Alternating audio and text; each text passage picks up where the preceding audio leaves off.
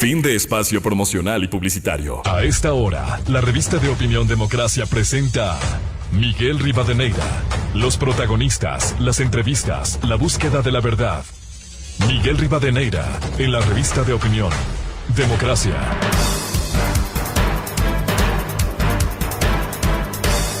(8:45) en el territorio continental ecuatoriano, buscando la verdad en la revista de opinión Democracia. Queremos saludar al doctor Napoleón Santamaría, experto tributario. Lo hemos invitado a un diálogo a propósito de las recaudaciones que han subido sustancialmente este año en el SRI, con algunos ingredientes. El uno, el cobro del impuesto al patrimonio, tanto de personas naturales cuanto de sociedades. Y allí se refleja cómo se ha recaudado estos primeros meses. ¿Qué significado tiene, doctor Napoleón Santamaría, este cobro, que ha sido muy importante para el SRI, del impuesto al patrimonio, tanto de sociedades cuanto de personas naturales? Buen día. Buen día, apreciado Miguel. Saludos a todos los amigos que nos escuchan a través de Radio Democracia. Y sí, efectivamente, ya abril tenemos algunos datos súper importantes de recaudación fiscal. ¿Y de recaudación fiscal por qué, Miguel? Porque hay que saber que del 100% de ingresos que tiene las arcas fiscales el Estado ecuatoriano, el 76% viene vía tributos, los tributos nacionales en general. Es decir, es el principal componente de los ingresos del país y, por lo tanto, la principal vía de llenar las arcas fiscales para atender los servicios y bienes públicos. Y abril, decía Miguel, hay algunos temas interesantes. Primero, antes de referirme al impuesto al patrimonio, primero el del IVA, que tiene un incremento sustancial, cerca del 27% de incremento respecto al año anterior, pero como no es muy técnico compararse con el 2021, también cuando nos comparamos con el 2019, es decir, un año previo a la pandemia, también tenemos un incremento de un 15% en el IVA. Y recuerde usted, Miguel, el IVA es ese impuesto que muestra esa cantidad de actos de comercio, compras, ventas, arrendamientos, honorarios, comisiones, etcétera, que se producen en una economía. Mientras mayor recaudación de IVA tengamos, mejor indicador de que la rotación del inventario, la circulación del capital y el movimiento de la actividad económica es importante, hay que resaltarlo. Segundo, el tema del impuesto a la renta. Mire, ahí en cambio tenemos que, si bien el impuesto a la renta está creciendo respecto a los años de pandemia, no llegamos todavía, y esto hay que ser claro, no llegamos a lo que producía el impuesto a la renta en el año previo a la pandemia, es decir, del 2019. Todavía estamos abajo por un 11%. Y entonces tendremos que, ¿eso qué significa? Que las empresas sí pueden estar vendiendo, sí pueden estar operando, pero quizá la rentabilidad no es o no se marca como se marcaba antes de la pandemia, ya se ha reducido sustancialmente. Tercero, el que usted mencionaba, Miguel, el tema del impuesto al patrimonio. En la reforma tributaria del año anterior se incorporó un impuesto al patrimonio tanto a personas naturales como a jurídicas. Naturales, cuando tenían un patrimonio individualmente considerado superior a $1 millón. Entonces, claro está que es un impuesto que está orientado a cobrar una mayor carga fiscal a las clases socioeconómicas más altas del país. Hasta ahora no superan 6,000 personas las que hayan aportado con este impuesto. Pero ese indicador sí nos da algunos elementos que son importantísimos ponerlos al debate nacional, sin denostar a nadie, sin estigmatizar a ninguna región, nada, pero sí como uno de los elementos más importantes para que la mesa nacional, el debate nacional, pueda abordarnos. ¿Qué tenemos ahí, Miguel? Tenemos que, de todas las personas que declaran tener más de $1 millón de patrimonio, el 52% de esas personas, que podemos decir son las personas ricas o las personas que tienen importantes fortunas en el Ecuador, se ubican en la ciudad de Quito. Bueno, y Quito siempre ha sido el cantón, la ciudad que más aporta en recaudación fiscal. Y muchos dicen, claro, es que en Quito están las compañías petroleras, mineras, etcétera. Y esto es verdad, pero hay que hacer un análisis más detallado aquí para decir que este impuesto no es de compañías, es de personas, de ciudadanos que residen en ese cantón, en esa localidad. ¿Y por qué nos sorprendía? Porque si lo comparamos con Guayaquil apenas llega a tener el 12% de estas personas. Quizá seríamos injustos si solo analizamos Guayaquil, entonces sumemos Guayaquil y San Borondón, y ahí tenemos un 21, casi un 22%, pero de todas maneras muy atrás, ni siquiera a la mitad, ni siquiera al 50% de lo que representa o lo que aportaron los ciudadanos que residen en Quito con patrimonios superiores a $1.000.000. Y lo mismo en las ciudades más pequeñas. Mire usted, mi querido Miguel y amigos, Rumiñahui, en Rumiñahui viven el 2.5% de este grupo de personas que estamos diciendo con importantes fortunas. Y Machala se queda muy atrás, con apenas el 1%, Manta también con el 1%, o sea, Manta y Machala sumados no llegan a alcanzarle al cantón Rumiñahui. Y también nos parece que hay una distorsión, nos parece que hay una informalidad, parece que hay rasgos de elusión o peligrosamente pudiera haber hasta rasgos de evasión fiscal. Y también, como un tercer análisis final, Cuenca, que siempre fue la tercera ciudad del país, el empuje, el talento de nuestros hermanos cuencanos, también reducida a un 8%, que muestra que también puede haber estos calificativos que vimos antes. En resumen, estos impuestos son buenos, Miguel. Esperábamos con este impuesto recaudar $268 millones. En la última corrida que hizo el SRI, posterior a la publicación el 29 de noviembre del 2021 de la ley, se esperaba 268 millones. Al día de hoy estamos en 108, con la expectativa que llegue a subir hasta 160, porque muchos contribuyentes han diferido el pago de este impuesto en los próximos 6 meses. Pero aún así, llegados estos 6 meses recaudando estos impuestos diferidos, todavía estaríamos por bajo la meta del $100 millones. Y entonces ahí parece que hay trabajo por ejecutar, cultura tributaria por implementar, controles eficientes para evitar evasiones o elusiones y también actitud ciudadana, ¿no? Este es el tema, Miguel, para hacer esta parte. Los ciudadanos ecuatorianos tenemos esto, ¿no? Una ciudad llena de derechos. Exijo el derecho a la seguridad, y está bien, claro que hay que exigirlo. Exijo el derecho a la salud, y está bien, hay que exigirlo. Y exijo el derecho a la educación, está bien. Pero cuando se trata de obligaciones, mire que tenemos estas distorsiones. Todo el país todavía le debe 100 millones de impuestos al patrimonio. Los ciudadanos que tenían que pagar este impuesto todavía le deben 100 millones al país. Pero todavía tenemos rasgos de mucha no pago de impuestos en ciudades como las que hemos citado, Guayaquil, Machala, Manta, Cuenca, que su aporte realmente no es significativo y no es lo que se esperaba en las mediciones. He aquí para esta inteligencia para construir sociedad de derechos, pero también de obligaciones, apreciado Miguel. Nos estamos olvidando de esta segunda parte, que es importantísima. Le exijamos al Estado, al gobierno de turno, que administre mejor los fondos, que redistribuya la riqueza, que cumpla y que cubra derechos sociales, derechos civiles, de acuerdo que sí, pero también en la otra parte de la moneda, ¿no? Todavía vemos que hay rasgos de incumplimiento de obligaciones tributarias. ¿Qué porcentaje ha pagado hasta el día de hoy del impuesto al patrimonio? No, el porcentaje llega a ser apenas el 41%, falta el 59%. Como mencionó Miguel, es muy probable que, como la ley establecía, paguen el mes de marzo. Esto se debió pagar en el mes de marzo. Pero es muy probable que muchas personas no tenían los recursos, no tenían el dinero ahí efectivamente como para poder satisfacer el tributo. Y la ley establecía la posibilidad de que lo difieran y que lo difieran hasta en un plazo de 6 meses. Por lo tanto, usted ve que en abril tenemos algo de recaudación y uno se pregunta y dice, ¿por qué en abril si ya no hay impuesto? Es por este efecto diferido de la reducción del impuesto. Y ahí tenemos en abril cerca de 17 millones de recaudo. Lo mismo pasará en los próximos 6 meses y por eso es que decimos que tal como está el impuesto y a la proyección, llegaremos a $160 millones máximo. Pero este impuesto esperaba recaudar 268 millones. Ahí faltarán 100 millones más por recaudar. Y esta es la tarea, ¿no? La tarea que la administración tributaria tenga mayores controles, mayores ejecuciones. Aquí hay algo que decirles a aquellos que todavía no han cumplido, que están reñidos al cumplir esta ley. El tema está en que normalmente las obligaciones tributarias se recargan cuando son determinadas por la administración tributaria con un 20%, una especie de multa por ser un contribuyente que tiene un indicio de mal comportamiento fiscal.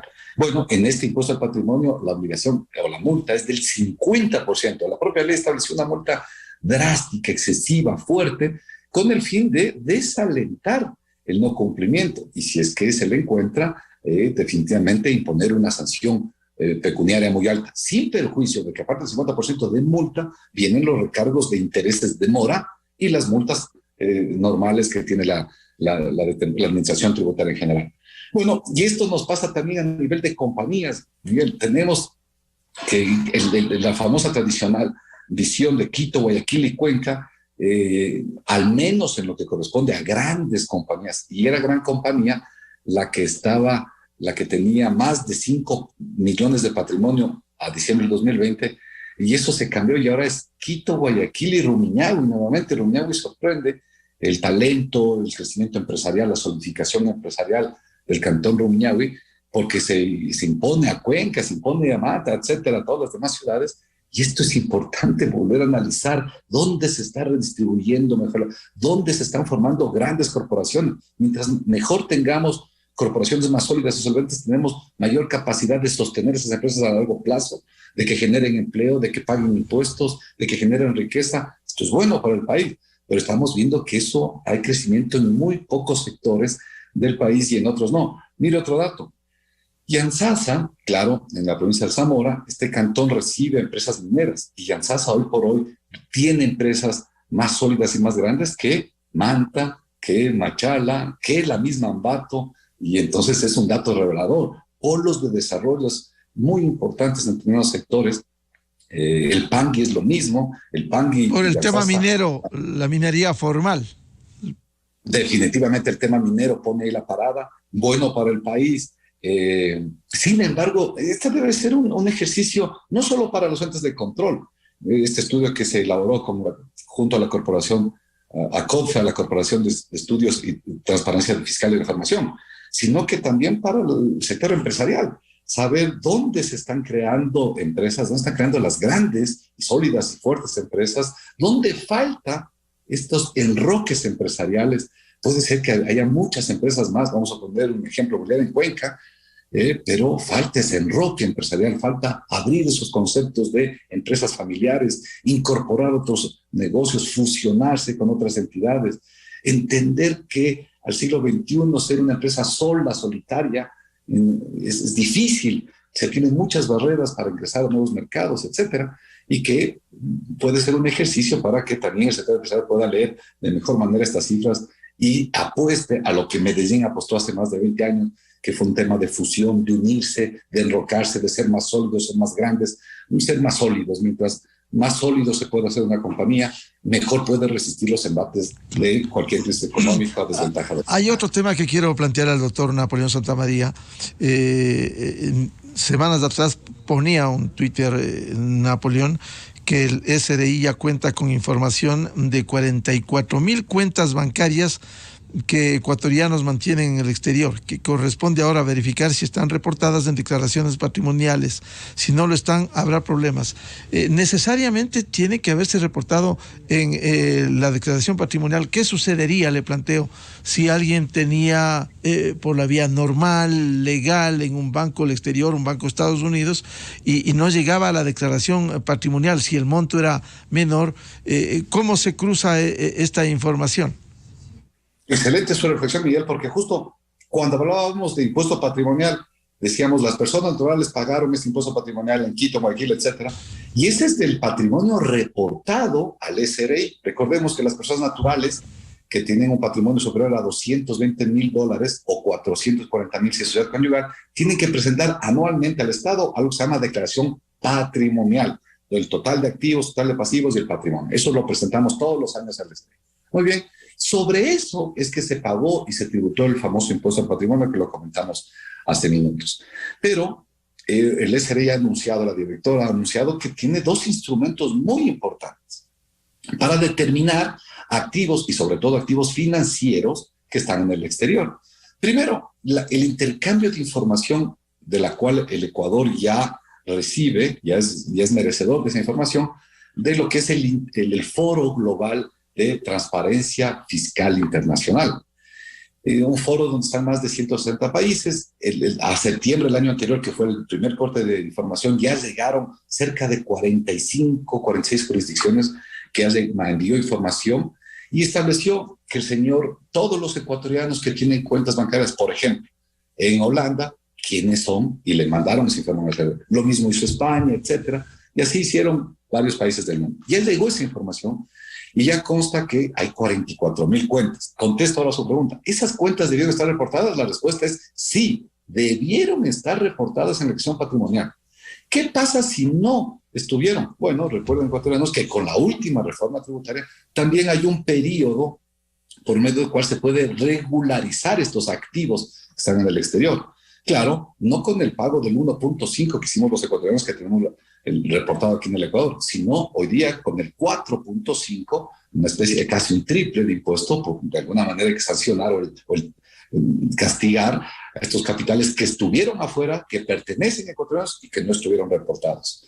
Y esta facilidad para regular activos que se vence en junio, desde julio hasta diciembre, que es el último plazo, hay un tributo del 5.5% de estos activos. Entonces, mire, Miguel, ya tiene la Administración Tributaria esta primera herramienta y hay 44,000 cuentas.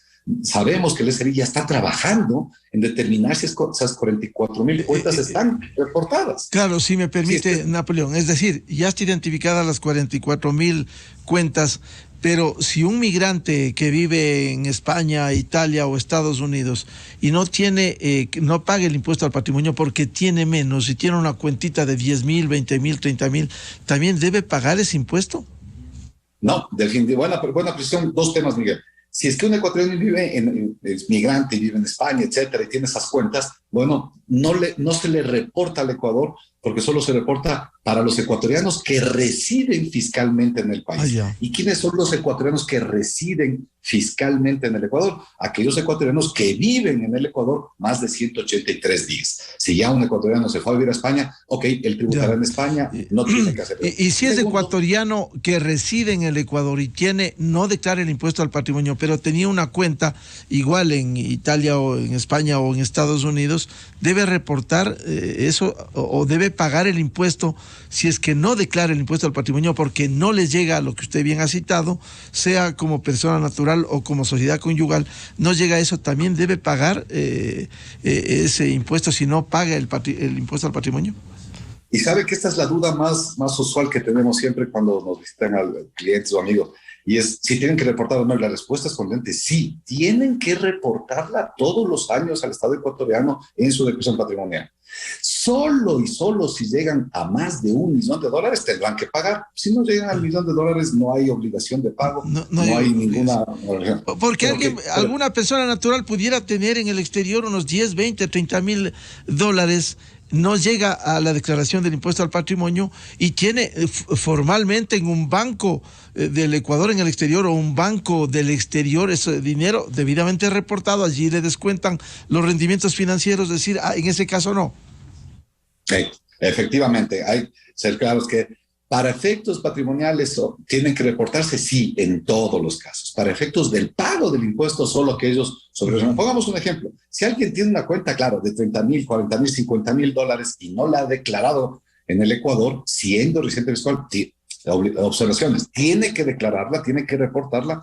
Y si pagó ya sobre el rendimiento financiero que usted decía, Miguel, ya tributó en el país donde están esas plazas, vamos a suponer en España, entonces acá los trae con un beneficio de crédito fiscal. Si no pagó afuera, porque por ejemplo, Miguel, hay muchos ecuatorianos que pueden o que tienen estos fondos en Panamá y tienen 50, 100 mil dólares en Panamá y allá ganan intereses, pero allá no se les cobran impuestos.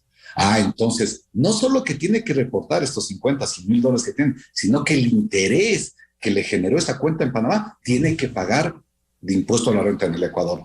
Este es el tema de cumplimiento de la obligación tributaria de lo que es transparencia fiscal internacional. Y entonces, Miguel, yo le decía, de estas 44,000 cuentas, el SRI tendrá que comenzar a cotejar si está reportado o no. Y dos, si una vez que se reporta supera el $1 millón de patrimonio para que pague o no. Si es que, mire el problema que se encuentran algunos ecuatorianos. Si se tiene dinero afuera, vamos a poner un ejemplo más grande, tiene $1 millón afuera y no lo ha reportado en el Ecuador, entonces tiene hasta diciembre para regularizar el activo y tiene que pagar 5.5%. Si no regulariza, la Administración Tributaria, en ejercicio de sus facultades, tendrá que determinar, y si llega a encontrar ese $1 millón que ya tiene mucha información, entonces sacará lo que la ley prevé, una glosa de incremento patrimonial no justificado. Y en ese caso el impuesto es del 37% por haber ocultado estos patrimonios en el exterior y que no se han reportado ni han pagado tributos en el país. Mire que se están cercando las vías para aquellas personas que están todavía en la opacidad tributaria. La directora acaba de denunciar, Miguel, y efectivamente con Panamá nosotros lo tenemos calificado como un paraíso fiscal. Y entre otras razones es porque no cruza información. Bueno, acaban de cruzar notas el SRI del Ecuador y la Administración Tributaria Panameña para que ya nos pasen también esa información financiera. Y si esa información es fidedigna, entonces a este septiembre tendremos información de Panamá y de muchos otros países. Este es un lado quizá del avance en la materia de opacidad fiscal, de combatir opacidad. Pero el otro que es muy importante, Miguel, y vale comentarlo porque es importante nuevamente jalarle las orejas a esos señores de la Asamblea. Ya el Ecuador suscribió un convenio de intercambio de información con los Estados Unidos, donde el IRS de los Estados Unidos pasará información al SRI del Ecuador y nuevamente el SRI del Ecuador al IRS con la misma finalidad. ¿Cuál? Cobrar bien los impuestos. Este convenio fue suscrito por el Ecuador de Estados Unidos. Ya está validado en los Estados Unidos. En el Ecuador pasó el dictamen favorable de la Corte Constitucional. Fue a la Comisión de Relaciones Generales de la Asamblea y tiene informe unánime. Y desde hace más de 6 meses no se convoca al Pleno para que trate este convenio y se llegue a suscribir con los Estados Unidos. El día que el Ecuador tenga suscrito un convenio de intercambio de información con los Estados Unidos, créanme que los controles de nuestra tributaria serán potentes. Estados Unidos solo le ha dado a 3 países en el mundo este convenio. Ghana, Costa Rica y ahora Ecuador. Nos está dando esta facilidad para combatir lo que es evasión, elusión y opacidad fiscal. Ojalá y esto funcione, se concrete y lleguemos finalmente como nación a tener estos instrumentos que nos ayudarán a evitar lo que tenemos ahora, un desangre de no cobro de impuestos o de evasión fiscal. Bien, seguiremos hablando de estos temas. Nos ha ilustrado esta mañana el doctor Napoleón Santamaría, experto tributario, temas de interés en el cobro de impuestos en el Ecuador. Muchas gracias, Napoleón, su atención a la revista de Opinión Democracia. Saludos, Miguel. Buen día a todos. Muchas gracias. Con esto cerramos la jornada de entrevistas y debates la mañana de este martes 24 de mayo del 2022. En Exa FM les recomendamos, ya viene el show de la papaya y les deseamos un feliz 24 de mayo con civismo frente al bicentenario que celebramos y miremos prospectivamente al Ecuador que queremos y que anhelamos. Muy buen día, felicidades a todos. Miguel Rivadeneira en la revista de Opinión Democracia. Inicio de espacio promocional y publicitario. Este bicentenario lo celebramos gracias a los 17 millones de héroes que nos demuestran que los ecuatorianos podemos lograr grandes hazañas. Que se